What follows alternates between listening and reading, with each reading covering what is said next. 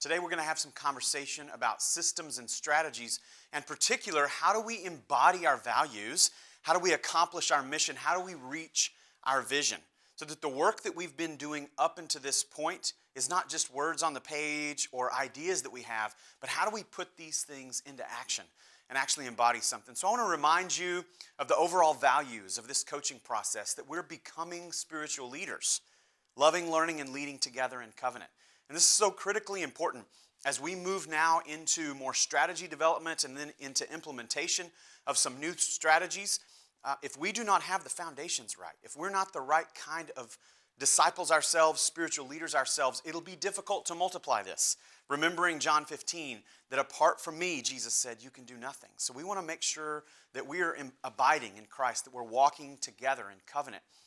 And so, but then we're creating environments that foster transformation. And we're establishing processes that bear fruit. And so today we're going to talk some about the kind of environments, the kind of processes that will bear fruit. And that's where we're headed. And so today, just a reminder once again that our MAP, our Ministry Action Planning process, is a story of change. That we're looking at what are our foundations? Where are we headed? What's true now? And how are we going to move from where we are to where we sense God has called us to be? And so hopefully this is looking familiar to you. I want to do a quick process check today.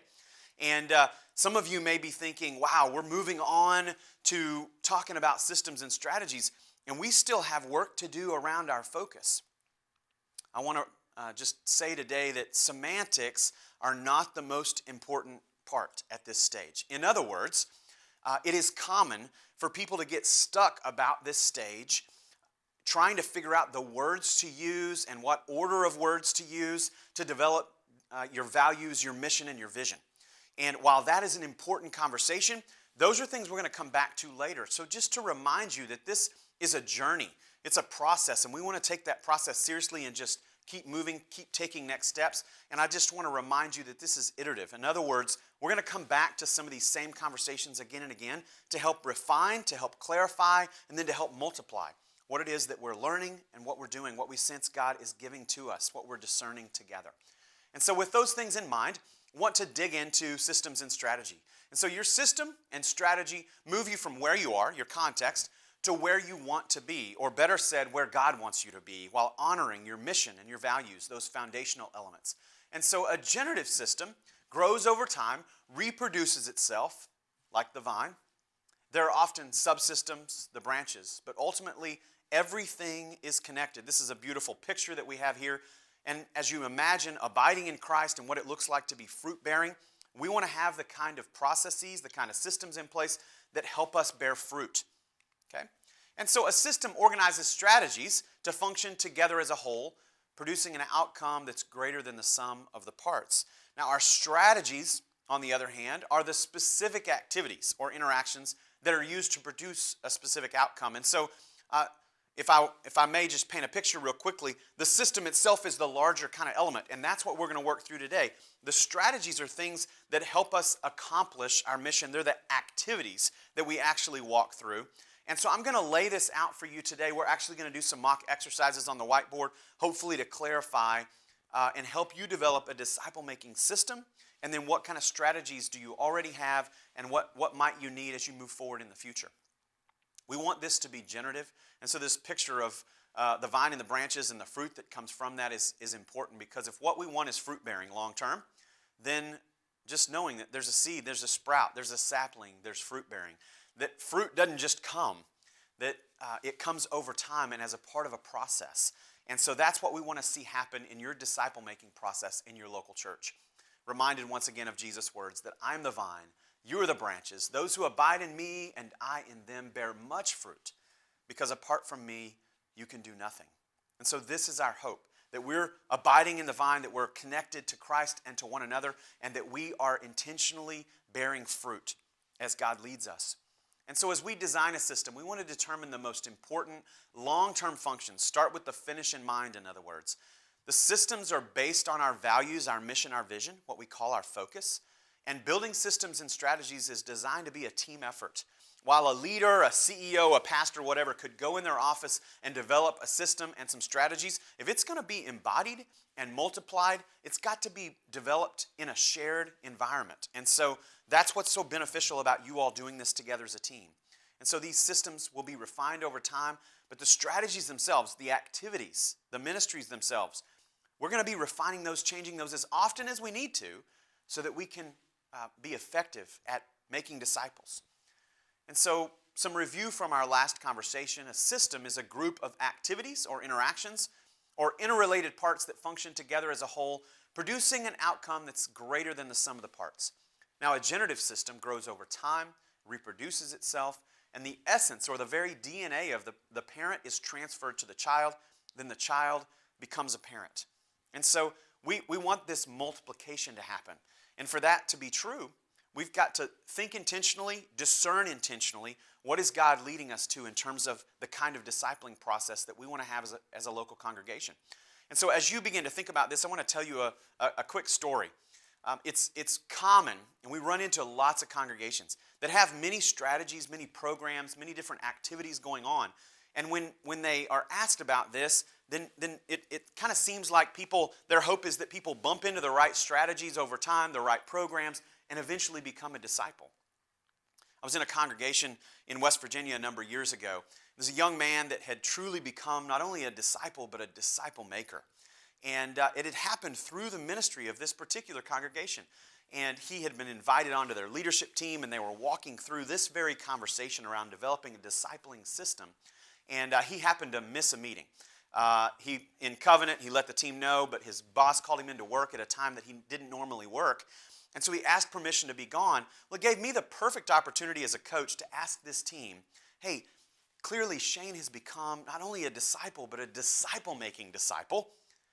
And how did it happen? And they all kind of looked around at each other, the pastor and the other lay people on this team, and they just kind of shrugged their shoulders like, we don't really know how it happened. We're just grateful. It's a miracle. There's a lesson learned in this that anytime a disciple is made, it's always a miracle because it's God that does the transformation in us. We're being transformed, as Paul said, from one degree of glory to another, and this comes from the Spirit. So God's work is transformation. And yet, I began to dig deeper and think, my guess is there was some sort of intentional environment and some sort of intentional process that helped develop Shane into this kind of disciple-making disciple. And clearly the church didn't seem to know what it was, and so I started digging into it. Well, we found out behind the scenes that there was a couple that had invested their lives into Shane and had invited him into their home, had fed him, clothed him. This guy had actually already been through a divorce very early in his life, and his life had been hard. And they poured their life into him, began to disciple him, invited him to church, began to equip him as a leader. And so what's beautiful about it is that there was an environment. It happened to be their home and their family. And there was a process, but it happened to be something that this family did very intentionally with Shane, not something the church did. Now, the church got credit for it in some way, but it was a beautiful opportunity that day to say, what if this became what we did on purpose all the time? Was focus our lives, focus our ministries on intentionally making disciples of Jesus Christ. What if we had the kind of environments that were fostering that kind of transformation? And so it was beautiful to get a chance to point at this family that had invested so deeply in this young man, but then to show us as well that this is possible, that God wants to do this kind of work in people, but we've got to have the kind of environments and processes that are designed to help in that, so that it's not just accidental, but it's intentional.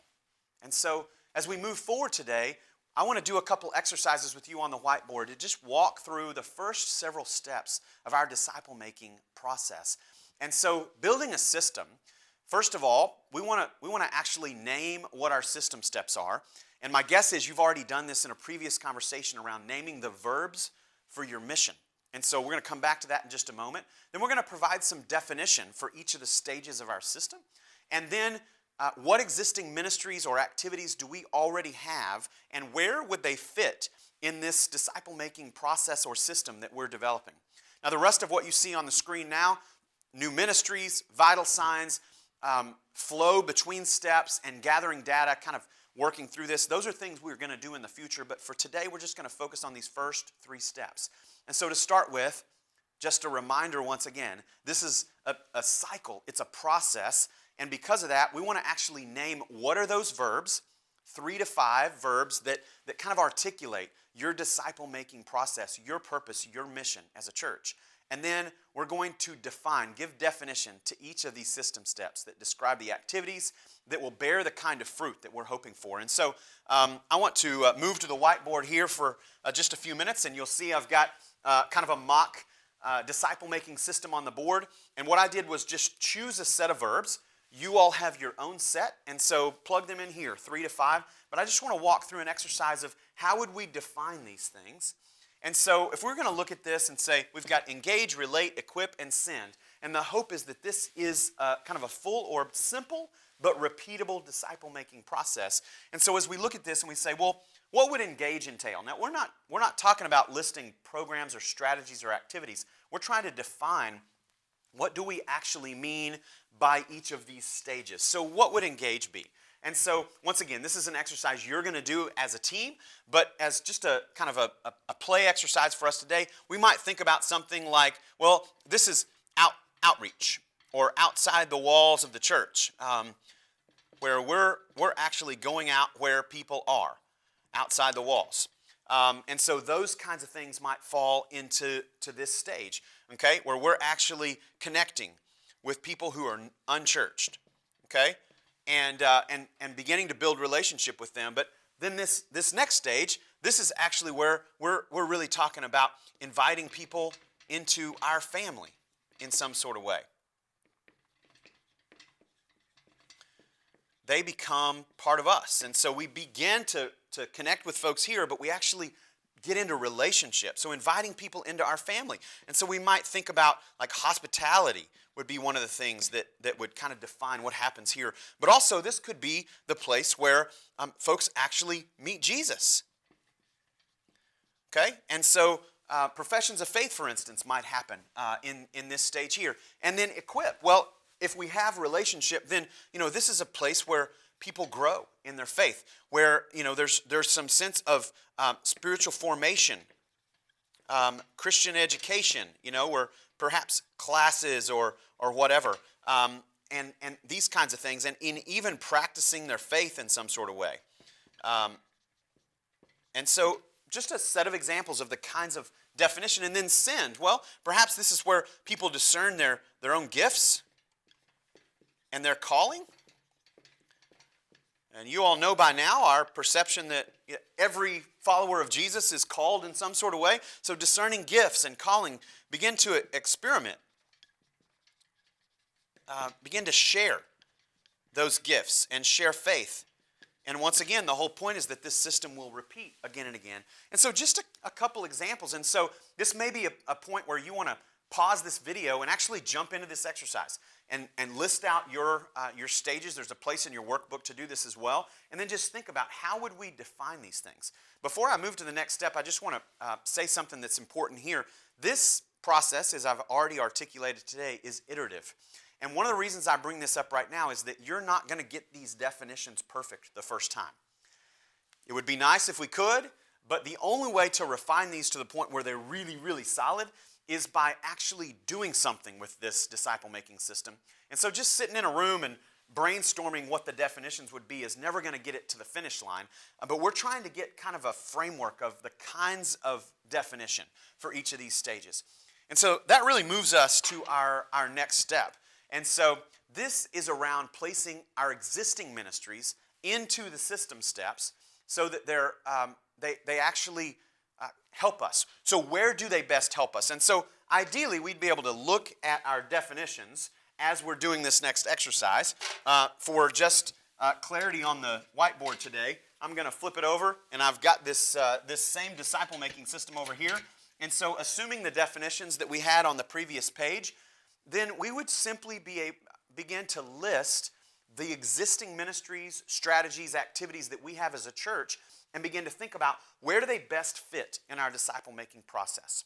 And so one of the temptations at this stage is to actually begin to say, well, something like Sunday school, for instance, well, that accomplishes a whole lot of this. And so you may indeed have some strategies or activities as a church that fit into more than one of these stages in your disciple-making process. But for this particular exercise, the encouragement is to say, where does it best help us? What one stage does it best help us in?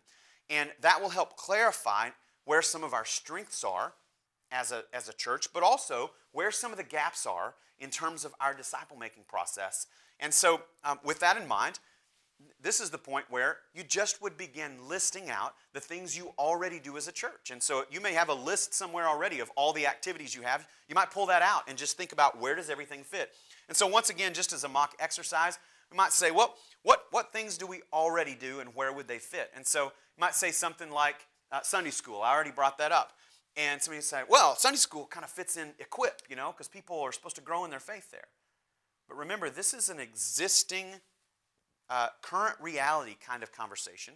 And so you have to ask the question, what is it actually doing for us right now? How does it help us right now in the day in which we live? Not how it was originally intended or what we would hope for it, but how does it help us now? And so, been in a lot of churches where Sunday school people just mostly have fellowship together. And so, maybe Sunday school fits best over here, okay? So we've got something there. And then, somebody might say, well, small groups. We have some small groups and people really do grow in their faith there. Okay, great. So maybe our small groups go over here, okay? And then, somebody says, well, we have a soup kitchen. Okay, well, where does the soup kitchen go? Well, that gets us outside the walls of the church. We do it in the community, so we've got a soup kitchen. Great, fantastic, okay? And somebody else is like, well, we actually have some short-term mission trips that we do. Okay, so maybe that goes over here, okay, where we're sending our people out, short-term missions, okay? So put that there. And then, somebody else says, well, we actually have a hospitality team. Okay, great. That probably goes in here, okay? What else do we have? Well, we have a fellowship hour and meals and stuff. And we have a youth group. Okay, well, the youth group really ought to have its own disciple-making process. Okay, that's true. We'll get to that later. But how does it best help us now? Well, mostly our kids just really enjoy being together. Okay, youth group. Okay, wonderful. We have a worship service every week. My guess is your church has one of those. We have a worship service. Where does that go? And once again, this is one of these things that people would say, well, it does everything. Well, does it really? And so worship service, does it best, think about our definitions, help people relate to one another and relate to God? Or are they actually being equipped in their faith there? And so, maybe the worship service goes here too. Okay? Now, I'm going to pause this exercise here for just a moment and just want you to look at this. This is actually quite common when we walk through this, that there will be one or two stages that the vast majority of our ministries fall into, and then very little in some of the other stages, okay? And now, clearly, every church is going to be different. But when you look at this, if you were to say, well, what are our strengths and where are some of our gaps? We might say, well, just obviously by looking at the thing, we do a lot of stuff in Relate. This could be one of our strengths. But maybe we need to work on some things in some of the other stages, okay? And so one of the other exercises, and I won't take very much time on this today, but that you can do with this as well, is to get, and I like to use different colored pens, and so you can imagine a stoplight here for a moment. We got red, yellow, green, except yellow doesn't show up on a whiteboard, so I have an orange. And so to look at these things and say, well, not only do they fit in these stages, but how well are they working for us? How well are they helping us? So once again, this is one of these conversations that's just for your team. You don't want to share it outside your team because people might not understand enough context for it.